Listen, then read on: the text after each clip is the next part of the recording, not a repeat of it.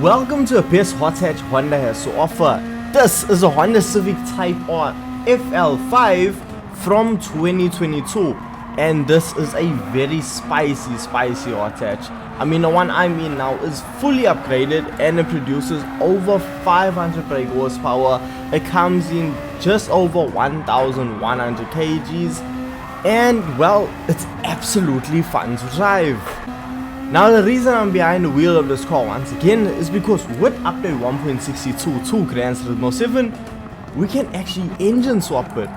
And I tell you, I don't even think that's completely necessary, because this vehicle has tons of power and well, it's just absolutely fantastic to drive.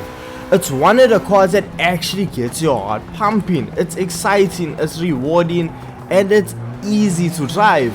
So why do we want to ruin what is almost perfection? Well, with the engine swap that we actually have for this car, well, I'll happily ruin perfection. Because we see the engine swap we have for this vehicle is actually coming out of the Group 2 Honda NSX Concept GT. So, in every way, shape or form, this engine swap will completely transform the way this Honda Civic feels. Because we see already the power shoots up to 603 brake horsepower and it makes the car even lighter. So now we are at under 1,100 kgs and just over 600 horsepower. However, the engine swap will cost us 500,000 credits, but that's no problem because we can make our money back.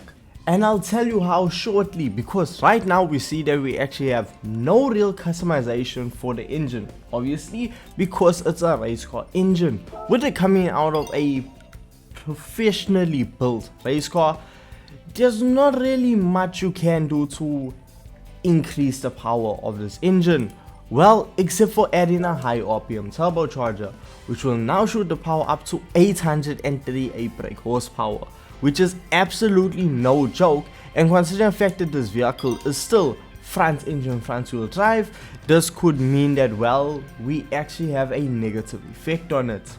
Now the issue could be that with us having so much power, being front wheel drive means understeer, but so far all I'm feeling is a massive difference, because this car is shifting, doing 283 there before I slammed on the brakes, and power, full lock, and the car is turning but not as much as before.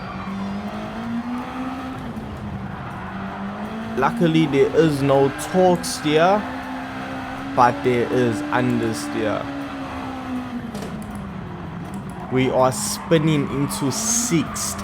This car has so much power now, it's actually ridiculous.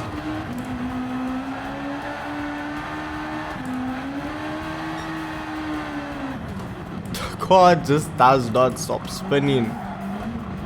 But with it being front wheel drive, even though it spins, it doesn't make you feel like, whoa, I have no control.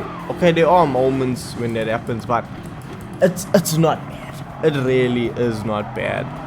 So with our standard engine fully upgraded, we ran a 1 minute 41. I'm quite interested to see what lap we'll actually run with this.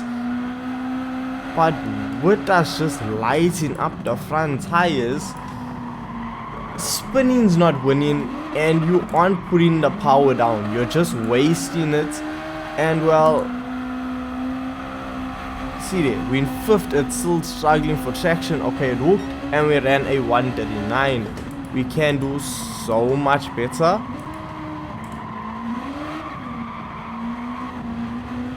Just off throttle, put the power down, shift.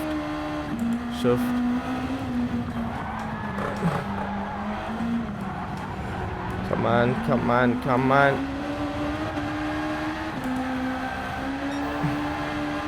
on.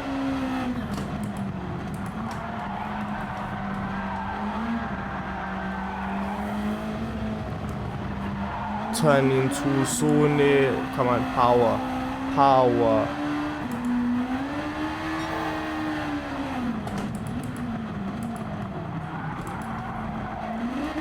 I'm just glad the wheel spin isn't completely killing the lap. But when I see if I pull a bit of power out of it, how will it feel?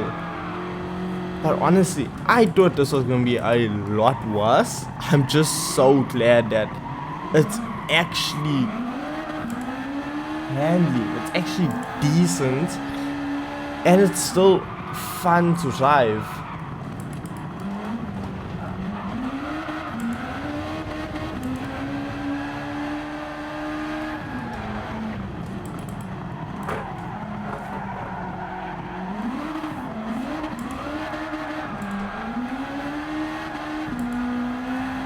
Come on, come on, come on, come on. And we just ran a 138.3. Look, it's not the fastest, and that's due to the fact of I think I'm wheel spinning too much. Would there been not enough grip, I'm not going fast to utilize how much power the car actually has. It does look epic though. 700 horsepower.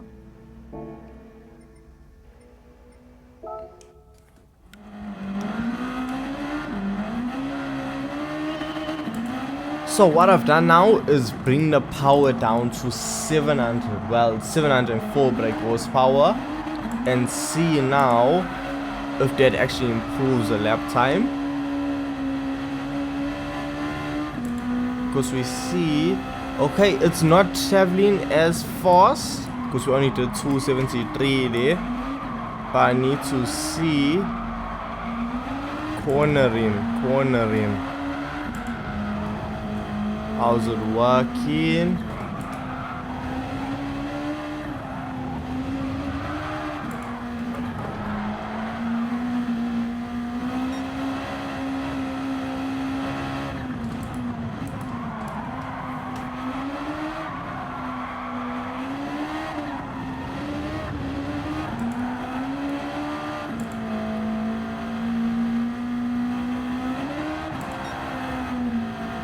So far I am already in front of my previous time, my previous best time with the car fully maxed out. Due to the fact of with us not spinning about, the car is able to just go so much faster.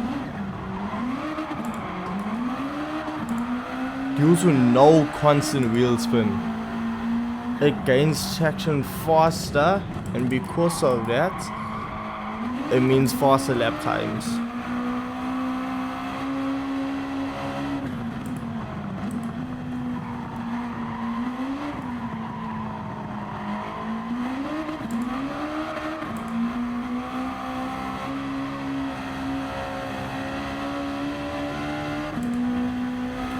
Look at that, 1 minute 37, and that wasn't even my best lap possible.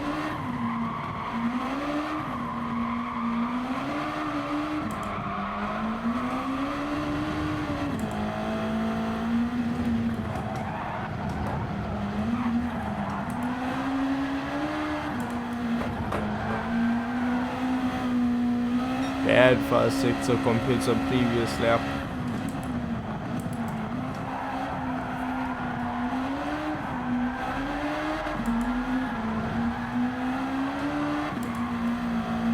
Managed to carry a bit more speed there.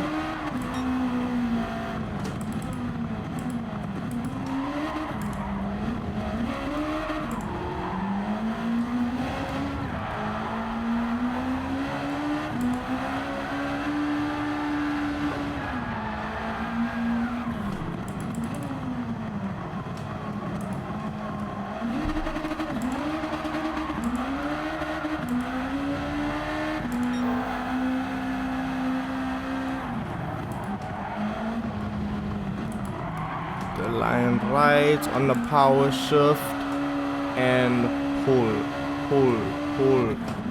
brake, take the corner a little bit wide so we have a better exit.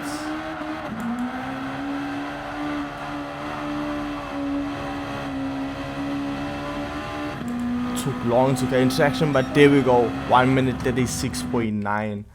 this vehicle can easily hit a 135, and this just goes to show you, you do not need maximum power, because sometimes max power will actually work against you. So for this vehicle, honestly, around the 700 horsepower mark, 650 mark is the perfect place for this vehicle. Yes, on the straightaways you are gonna feel the difference. You are gonna feel that, okay, the vehicle doesn't accelerate as fast or as good as it could, but through corners is where it makes all the difference, because you're able to lay the power down. You're able to gain traction faster, which means you're able to just go faster. And I think that's the biggest takeaway.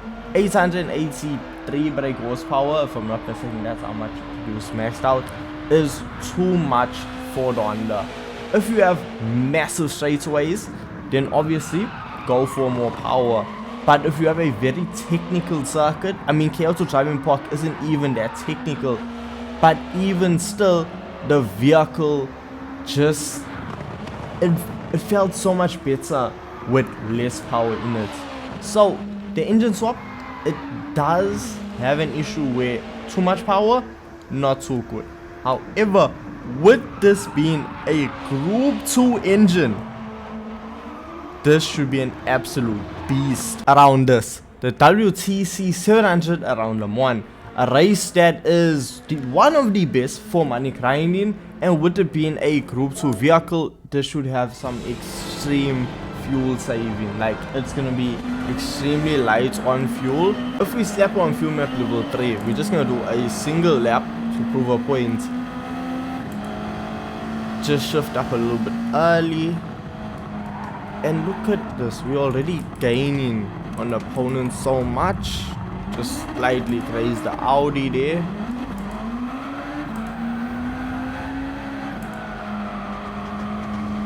This is still with our 700 horsepower, so we do outpace the vehicles we are running against.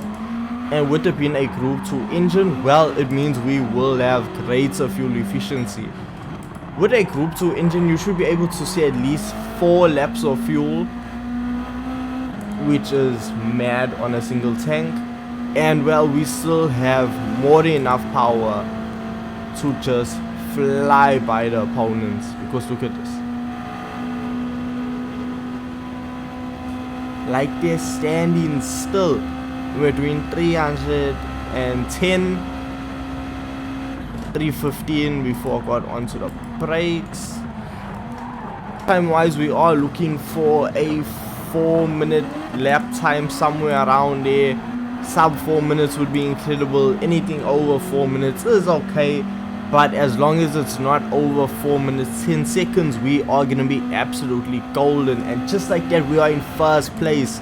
The car is absolutely rapid.